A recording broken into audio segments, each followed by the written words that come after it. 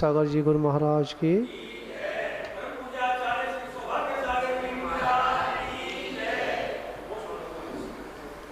बंधुओं, एकत्व भावना की चर्चा चल रही है और एकत्व भावना वो भावना है जिसने इसे समझ लिया तो संसार के सारे दुख समाप्त हो जाते हैं। परंतु हम समझना नहीं चाहते, हम समझाने के लिए सुनते हैं और पढ़ते हैं। क्या ऐसे बारे भावना सही पढ़ते होंगे ना? किसके लिए? दूसरे के लिए। जब किसी के ऊपर कुछ आफत आ जाए तो उससे के एकत्व भावना की चिंतन कर। इसका समझिए, न कोई आया है न कोई जाएगा। हाँ, यही तो बताते हो। दूसरे के लिए हमने पढ़ा है, अपने लिए नहीं पढ़ा। विचार करना थोड़ा सा। खैर, मैं अपनी बात पे आता हूँ।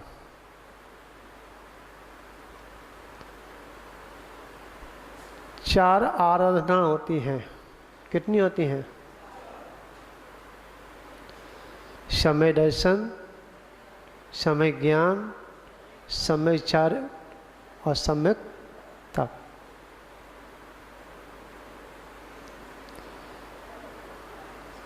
विचार करना। हाँ, समझ में नहीं आता इधर पूछ लो, पड़ोसन से मत पूछो, बाद में पूछ लेना। हाँ, क्योंकि वैसे हमको जो है हमारे प्रधान जी ने कम समय दिया, महाराज इससे पहले निपटा देना सबको।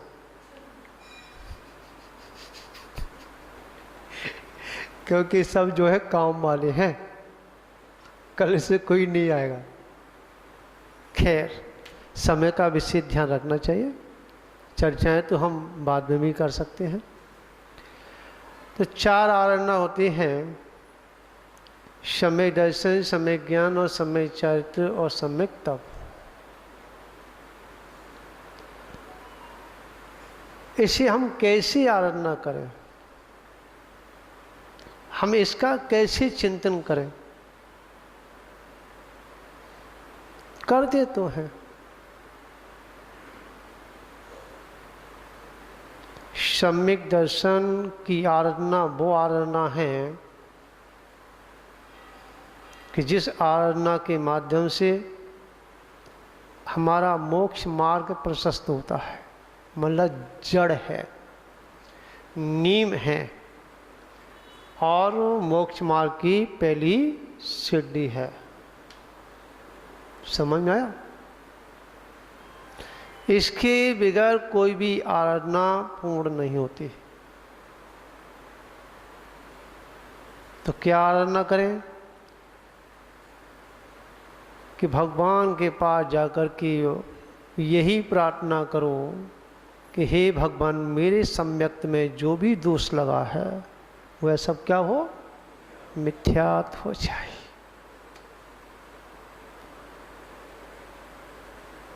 क्या हो जाए? मेरे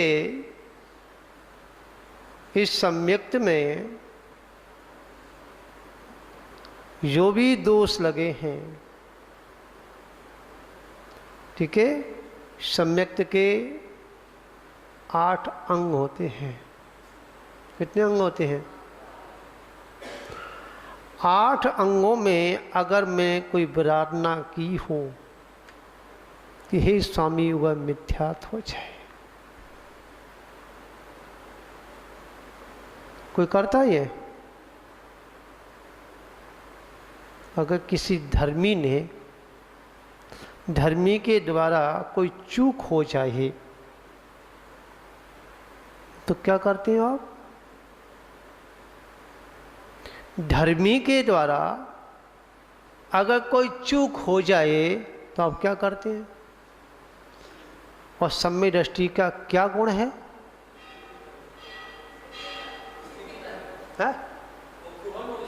हाँ, विपरीत हो गया है। हम स्थितीकरण जो है व्हाट्सएप के माध्यम से और चैनल के माध्यम से करते हैं।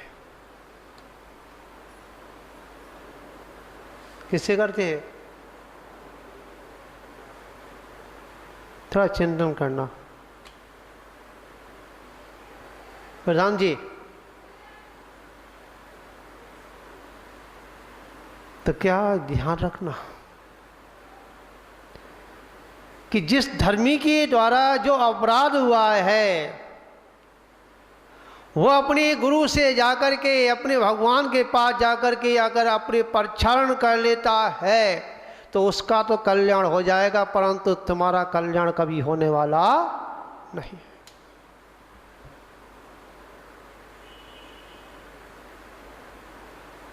ध्यान रखना।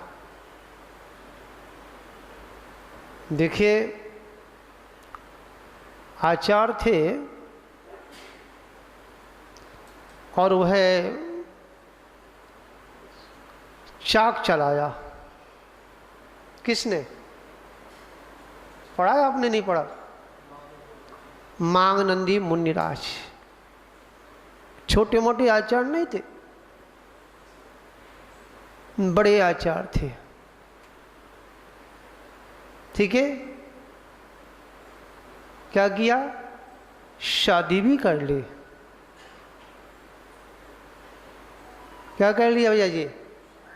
शादी भी कर ली, बच्चे भी पैदा कर लिए और चाक भी चलाया। और जब उससे क्या मात्र प्रश्न पूछने के लिए कोई चला आया या कि अब भी मुझे याद करते हैं मेरे शिष्य, क्या कहा? कमंडल, पीछी कमंडल पेड़ पे टंगा था, उठाया और चल दिए, कल्याण हो गया। अगर ऐसे आचार्य अगर अभी पंचम काल में होते तो क्या होता? हाँ, पंचम काल में तो हुआ, पर अभी आपके बीच में होते तो जी भैया बताइए। हाँ, पहले मीडिया नहीं थी, पहले मोबाइल नहीं थे।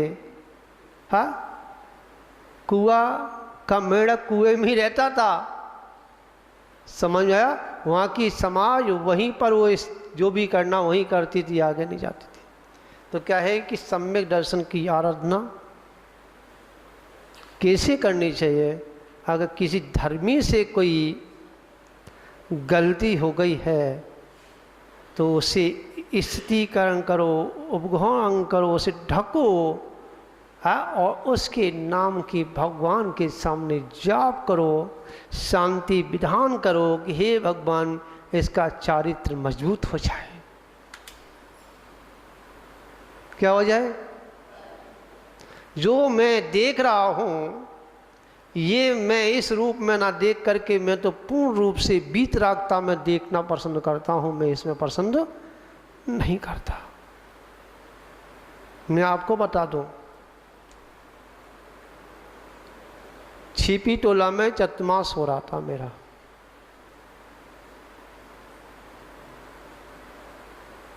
तारीख फारीख तो मैं ध्यान करता नहीं, तीसरी बात है मेरी याददाश्त कोई सी की नहीं। मेरा तो खाओ पियो और भूल जाओ, अगर पीछा याद किया तो आगे पढ़ ही नहीं पाएंगे। तो छिपी टोला में चतुर्मास हुआ, मेरा विकल्प उठा। वैसे मेरा विकल्प उठता नहीं कहीं जाने का, सही बता दूं, ना कहीं दर्शन करने का विकल्प उठता है, ना कहीं जाने का विकल्प उठता है, ना खाने का विकल्प उठता है, ना बात करने का विकल्प उठता है। समझा?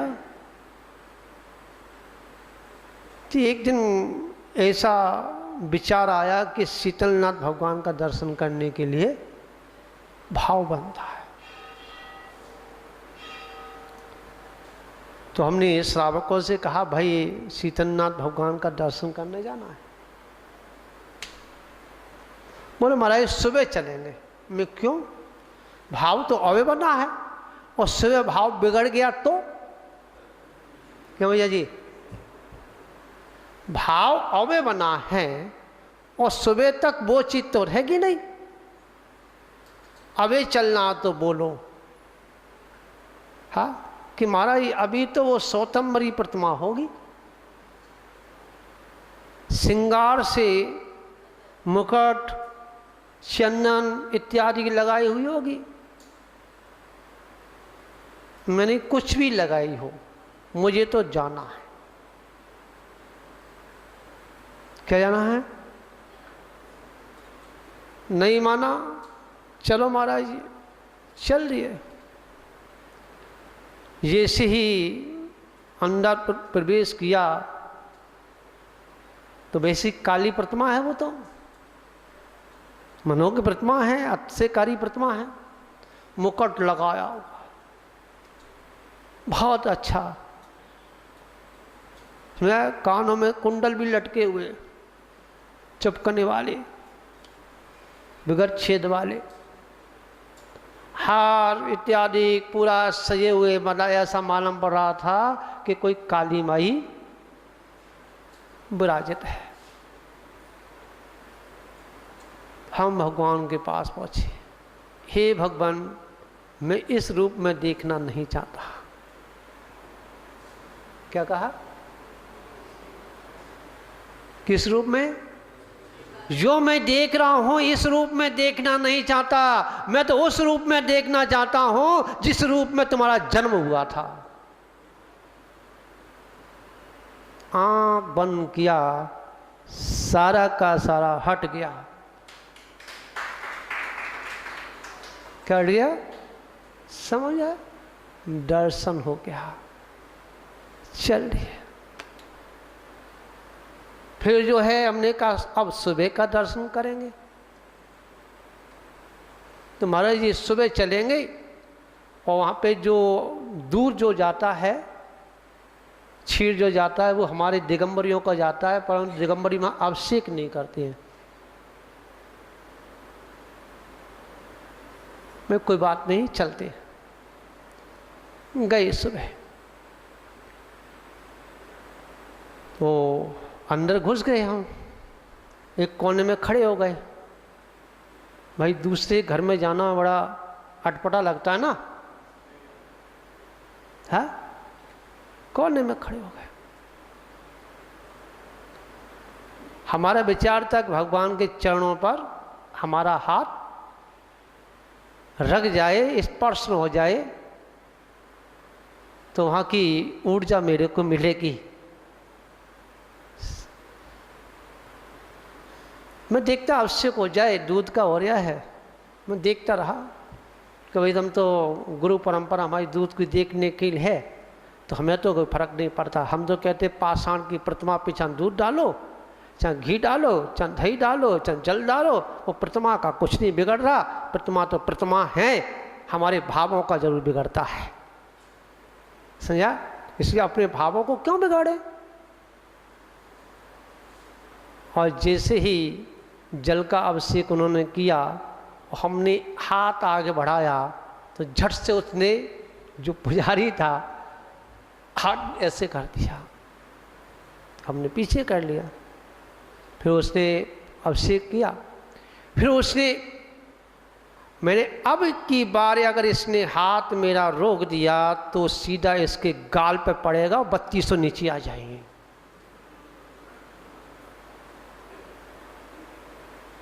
मेरे से लोग डरते हैं, मैं कल बात बताऊँ क्यों डरते हैं।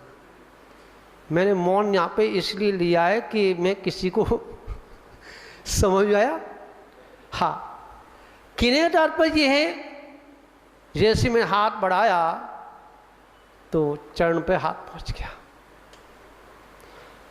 भगवान का अभिषेक हो गया, मैंने हाथ लगा दिए, उस पुजारी ने पुनः द्वारा फिर अभिषेक किया।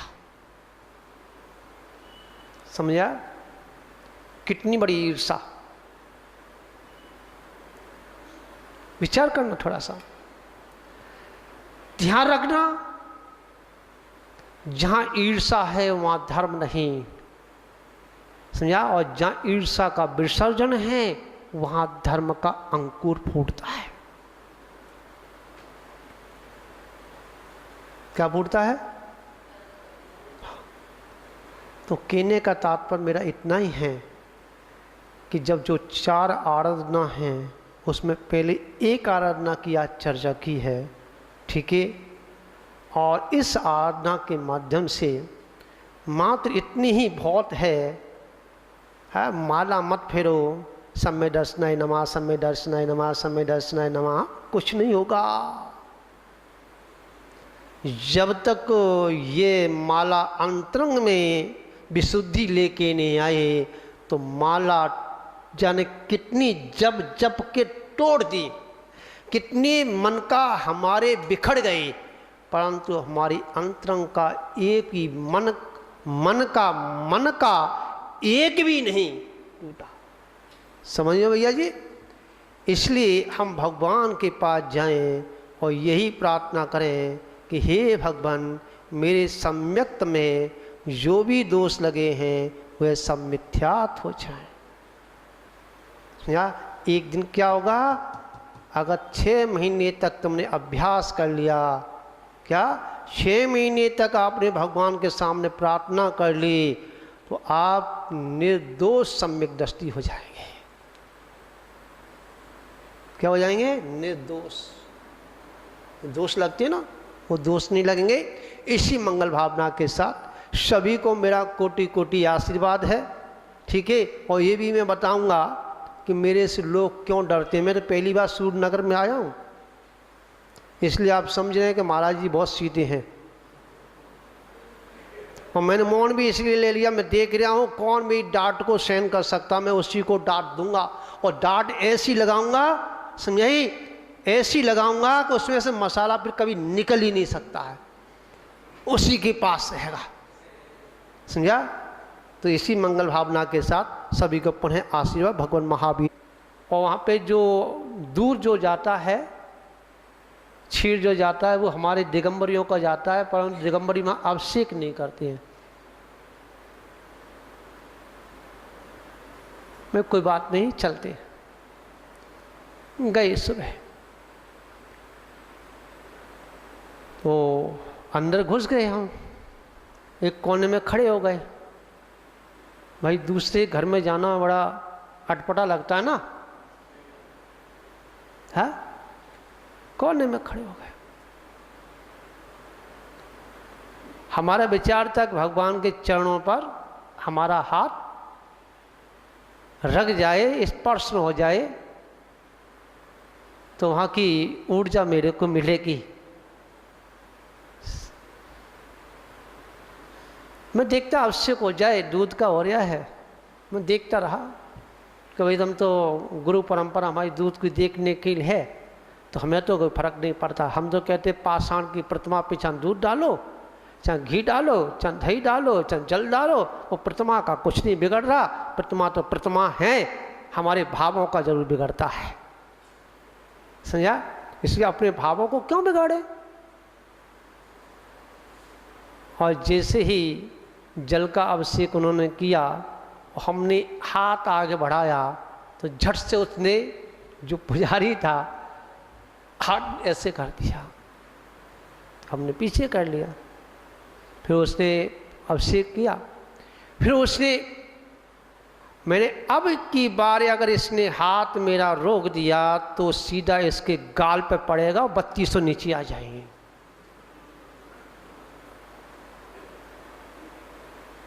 मेरे से लोग डरते हैं, मैं कल बात बताऊँ क्यों डरते हैं। मैंने मौन यहाँ पे इसलिए लिया है कि मैं किसी को समझ आया। हाँ, किने तात्पर्य है, जैसे मैं हाथ बढ़ाया तो चरण पे हाथ पहुंच गया, भगवान का अभिषेक हो गया। मैंने हाथ लगा दिए, उस पुजारी ने पुनः द्वारा फिर अभिषेक किया। समझा? कितनी बड़ी ईर्षा। विचार करना थोड़ा सा, ध्यान रखना, जहां ईर्षा है वहां धर्म नहीं। समझा? और जहां ईर्षा का विसर्जन है वहां धर्म का अंकुर फूटता है। क्या फूटता है? तो कहने का तात्पर्य मेरा इतना ही है कि जब जो 4 आराधना हैं उसमें पहले एक आराधना की आज चर्चा की है, ठीक है, और इस आराधना के माध्यम से मात्र इतनी ही बहुत है, माला मत फेरो, सम्य दर्शनाय नमः, सम्य दर्शनाय नमः, सम्य दर्शनाय नमः, कुछ नहीं होगा। जब तक ये माला अंतरंग में विशुद्धि लेके नहीं आए तो माला जाने कितनी जप जप के तोड़ दी, कितने मन का हमारे बिखर गए, परंतु हमारी अंतरंग का एक ही मन का एक भी नहीं टूटा। समझिए भैया जी।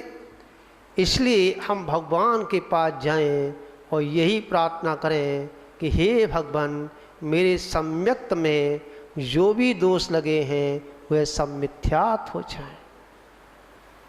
या एक दिन क्या होगा, अगर 6 महीने तक तुमने अभ्यास कर लिया, क्या 6 महीने तक आपने भगवान के सामने प्रार्थना कर ली, तो आप निर्दोष सम्यक दृष्टि हो जाएंगे। क्या हो जाएंगे? निर्दोष। दोष लगते हैं ना, वो दोष नहीं लगेंगे। इसी मंगल भावना के साथ सभी को मेरा कोटि कोटि आशीर्वाद है, ठीक है। और ये भी मैं बताऊंगा कि मेरे से लोग क्यों डरते हैं। मैं तो पहली बार सूरनगर में आया हूँ, इसलिए आप समझ रहे हैं कि महाराज जी बहुत सीधे हैं। और मैंने मौन भी इसलिए ले लिया, मैं देख रहा हूँ कौन मेरी डांट को सहन कर सकता, मैं उसी को डांट दूंगा। और डांट ऐसी लगाऊंगा, समझाई, ऐसी लगाऊंगा कि उसमें से मसाला फिर कभी निकल ही नहीं सकता है, उसी के पास रहेगा। समझा? तो इसी मंगल भावना के साथ सभी को पुनः